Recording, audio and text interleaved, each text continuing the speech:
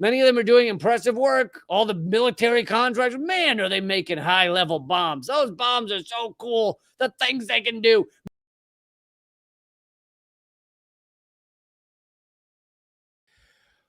But so this is from several months. This is from like 8 months ago. It's probably the last time The Guardian did something like this. What would you call a country, quoting from the article now, what would you call a country where nearly 1 in 10 adults has medical debts, more on that in a moment, and a broken bone can boot you into bankruptcy? A country where a city of more than 160,000 residents recently had no safe drinking water for weeks. A country where life expectancy has dropped for the second year in a row, and people sell their blood plasma in order to make ends meet. And the same country she's talking about is responsible for over 90% of all sold blood plasma. A country where the maternal mortality rate of Black women in the capital of that country is nearly twice as high as for women in Syria. You call it one of the richest countries in the world, this article says. The U.S. is the second wealthiest country in the world, second to China now. It's the largest economy in the world when you look at GDP, and it's home to some of the richest people in the world. By all of those measures of progress, the U.S. is doing great. But by other measures, however, things are not quite so rosy. The UN recently demoted the U.S. to 41st, down from 32nd in a global ranking based on its sustainable development goals. That ranks the U.S. down with Cuba and just above Bulgaria.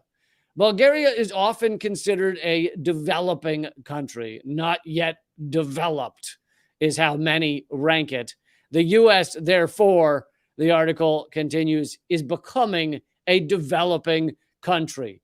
We are going back in time, okay? And it's less fun than in the movies. We are going back to the 1800s, and you're seeing our infrastructure collapse in ways that most infrastructure in developed countries don't collapse. You don't see in most of the richest countries in this world, you don't see over 2,000 cities with unsafe lead levels in their fucking drinking water. Okay, these are antiquated problems because we are going back in time, because the sophistication of our technology and much of our many of our corporations, they are doing impressive technology, right? Apple, Tesla in some regards, so many of these various companies do impressive. OpenAI, isn't that an American thing that was just created? Many of them are doing impressive work. All the military contractors, man, are they making high-level bombs. Those bombs are so cool. The things they can do, most of them can do the Sunday New York Times crossword puzzle. That's right. Our smart bombs can do Sunday New York Times crossword in like seconds. It's amazing. It's unbelievable. So all of that, top of the line. But the stuff that actually helps citizens, the stuff that is not meant for profit, the stuff that actually is meant to just make everyone's lives better, like clean fucking drinking fucking water, that stuff we don't do.